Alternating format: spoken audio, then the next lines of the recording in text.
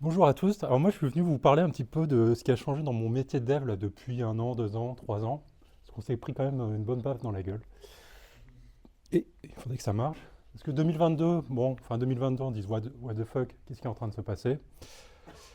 Et en fait, ça a mis un peu de temps à progresser. Parce que moi, 2023, ça a été ChatGPT, je discute avec, qu'est-ce qui se passe, ok. Je fais des choses sympas, je fais du SQL avec, mais pas beaucoup d'impact. Je commence à utiliser un peu GitHub Copilot, la complétion. Ouais, ça marche, mais ça change pas ma vie vraiment. 2024, je parle toujours à ChatGPT. J'utilise Supermaven qui fait de la complétion. Je me mets à payer un abonnement pour faire de la complétion. Je l'utilise pas vraiment non plus, donc j'ai un peu jeté des euros. Mais du coup, ça m'a motivé en fait, et ça m'a passé la barrière à me dire qu'en fait, je peux payer un abonnement pour avoir de l'IA. Et en fait, en 2025, là, il y a un peu tout qui change, parce qu'il y a Claude Code qui arrive avec aussi tous les autres outils agentiques. Et en 2026, je continue à utiliser ces deux-là. Et en fait, surtout, ce qui s'est passé, c'est que moi, à l'été 2025, j'avais un petit projet de SaaS pour des outils pour développer sur Twitch que je voulais, qui a été un projet Greenfield pour moi, pour développer. Et ça a été la première fois que j'ai développé avec Cloud Code from scratch. Je passais 2 mois à me dire what the fuck, qu'est-ce qui est en train de se passer. J'ai eu vraiment, si je veux résumer en un truc, j'ai eu un front-end ingénieur à côté de moi qui m'a aidé à builder le site et qui m'a aidé à aller au bout de ce que je fais pas naturellement, parce que j'ai fait des sections d'administration là-dedans que je n'aurais, pour moi-même, que je n'aurais jamais fait. Et puis, septembre 2025, moi je travaille à Wallet Parker dans l'entreprise, on m'a dit, super, tu as une clé GitHub Copilot avec usage illimité, tu peux y aller. Et alors là, je peux dire que j'y suis allé. Euh, du coup, moi, ça, au quotidien, j'utilise ce truc-là. Et en fait, ce truc-là, il faut bien comprendre un truc, c'est qu'il cut en fait. À chaque fois que vous lui parlez, vous lui renvoyez toute votre conversation. Un message, il vous répond, vous rajoutez un message, vous renvoyez la conversation, il va vous répondre avec un nouveau message. Vous êtes stateless, il n'a pas de mémoire. Et surtout, il cut à 200 000 tokens, donc il cut à 150 000 mots. Donc votre collègue n'a pas de mémoire. Il reset tous les matins. C'est un junior dont vous devez refaire l'onboarding tous les matins. Du coup, déjà, quand vous démarrez, moi, quand je démarre, j'ai déjà dépensé 11% de mes tokens. Et en fait, si vous regardez, il y a du système prompt, il y a des MCP, il y a des agents, il y a des skills, etc. Et en fait, si vous dépensez tout ça, si vous dépensez ces 100%, vous ne pouvez plus parler à votre IA.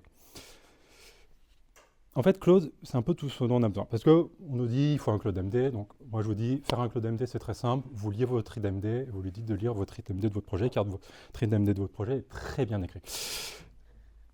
Après, ce qu'on vous dit, c'est que vous pouvez écrire des commandes. Donc, en fait, vous mettez dans un point Claude, vous avez un dossier commande et vous mettez des markdown dans lequel vous écrivez à peu près ce que vous voulez. Et en fait, c'est juste que vous pouvez à partir de ce moment-là faire des slash commandes, etc. Et donc en fait, vous allez copy-paste n'importe quoi dans votre terminal et il va vous répondre et vous êtes content. Vous avez sauvegardé des choses. Mais il y a une idée qui est un peu plus intéressante. Alors moi je m'en sers, oui. Je m'en sers par exemple pour faire git commit.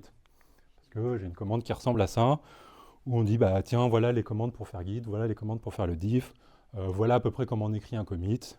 Euh, à cet endroit-là, je ne l'ai pas mis, mais hop, je vais y arriver. Parce qu'il y a vraiment du délai en fait. Là, moi, j'ai tout un template de comment on écrit bien un commit de message. J'écris mieux des commits de message aujourd'hui. Et puis, en fait, moi, des commandes, par exemple, aujourd'hui, tous mes bug reports commencent par ce genre de choses.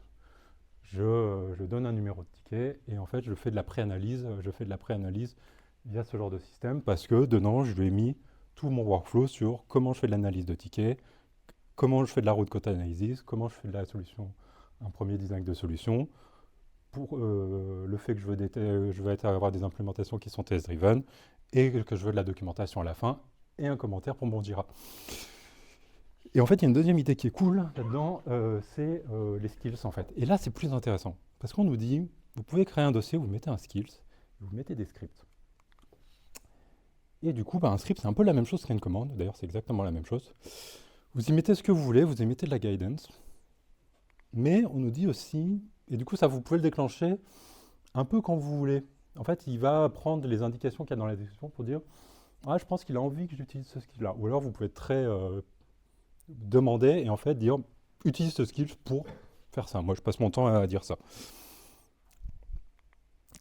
On va y arriver. Et du coup, par exemple, moi, on va arrêter, hop.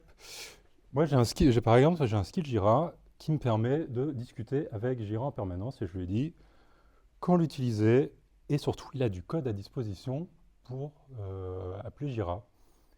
Et il a des méthodes pour appeler Jira. Et il a des exemples de comment on fait des choses avec le Jira. Et puis surtout, il a des scripts à disposition. Il a un client pour discuter avec Jira. Et du coup, à chaque fois que vous discutez avec ça, ça veut dire que vous pouvez commencer à composer des programmes en fait, qui ne vont pas toujours être les mêmes. Moi, je l'utilise beaucoup pour un truc. Je fais de l'analyse de sécurité. Et du coup, de l'analyse de sécurité, ça veut dire de discuter avec un outil d'analyse de bugs, d'aller sur les bases de données de vulnérabilité, d'aller sur notre Jira, notre Confluence, etc. pour documenter ce qui se passe. Et ben moi, aujourd'hui, j'ai un skills pour discuter avec nos bases de données de CVE, un skills pour discuter avec Jira, un skills pour discuter avec les bases de données, et je peux commencer. J'arrive maintenant aujourd'hui avec des skills à discuter et à demander des rapports sur des softwares très précis, et je peux avoir ce genre de rapport directement. Et ce que je veux dire surtout, c'est qu'en fait aujourd'hui, le software qu'on est en train de produire, il est un peu en langage naturel, composable. C'est jamais le même parce qu'en fait, vous allez produire des softwares qui dépendent des questions que vous posez. Et surtout, vous allez avoir des softwares qui peuvent s'adapter aux erreurs. Parce que là, si aujourd'hui l'API elle répond pas ou elle répond d'une manière différente, votre software va essayer de s'adapter et de s'adapter en direct. Et ça, c'est vachement intéressant. Et en fait, le deuxième effet de tout ça, parce que là, vous pouvez aller lire des docs sur Cloud, mais en fait, le deuxième effet, c'est que je me suis mis à écrire moins de code et à écrire beaucoup plus de Markdown aujourd'hui. Et de passer beaucoup de temps dans mon Obsidian, parce que ça, c'est un endroit où je passe beaucoup de temps. D'ailleurs, c'est là où j'ai mon daily. Mais du coup, moi, un conseil que je vous donne, c'est de faire écrire l'IA, parce que comme elle va oublier des choses, passez votre temps à lui dire d'écrire dans un fichier, d'écrire dans des fichiers de review, dans des fichiers de summary, etc. Parce qu'à tout moment, à toute fin de session, faites-lui écrire, éditez ça. Vous pouvez redémarrer une nouvelle session plus tard, le lendemain, avec ça, et vous pouvez commencer des implémentations. Basiquement, votre agent qui est en train d'oublier, vous pouvez lui dire en permanence de recommencer. Et en fait, le code, c'est un side effect de ça. On utilise beaucoup l'IA pour produire du code. Utilisez l'IA pour produire de la documentation, pour produire de la connaissance sur vos bases de code. Et utilisez cette base de connaissances pour réitérer tous les jours dessus. Moi, je suis encore en train d'utiliser aujourd'hui des Markdown que j'ai produits il y a 2 ou 3 mois pour faire avancer mon code, pour faire avancer des migrations et du code que je suis en train de faire. Et vous pouvez utiliser votre IA pour écrire des slides, écrire un chat message, bouger des tickets Jira, explorer du code, explorer des code bases, trouver des opportunités de refactoring, écrire de la documentation technique spécifique. Vous pouvez utiliser l'IA pour qu'elle vous interviewe. Ça, c'est vachement intéressant. Vous pouvez lui demander de prendre une spec et de vous poser des questions sur spec et d'approfondir cette spécification. Vous pouvez lui demander d'apprendre des trucs. Moi, je suis en train d'apprendre NeoVim via Cloud Code. Vous pouvez lui demander de le roster et vous pouvez surtout lui demander de suivre la documentation développeur que vous avez écrite. Moi, mes journées, elles commencent souvent comme ça, dans mon contexte, où ça me permet d'aller chercher, par exemple, tous les nodes qui sont liés à un ticket spécifique, et du coup, tout le contexte dans mon Obsidian, parce que ça, c'est des commandes qui vont lire mon Obsidian. Et je suis beaucoup trop long, mais je peux prendre le temps de questions pour moi. Non, mais c'est les conclusions finales. Ouais. Mais ce que je veux surtout vous dire, c'est que ce qui est important, c'est vous-même. En fait, quand on vous dit qu'il y a un cloud qui se load au démarrage de votre session, en fait, vous avez plusieurs clouds qui peuvent se loader au démarrage. Vous avez celui de votre projet, vous avez celui des folders précédents, et vous avez votre cloud personnel. Et je vous conseille d'investir dans votre cloud personnel à vous, dans ce cloud MD. Moi, il ressemble à ça pour le moment. Je l'ai édité parce qu'en fait, il est personnel.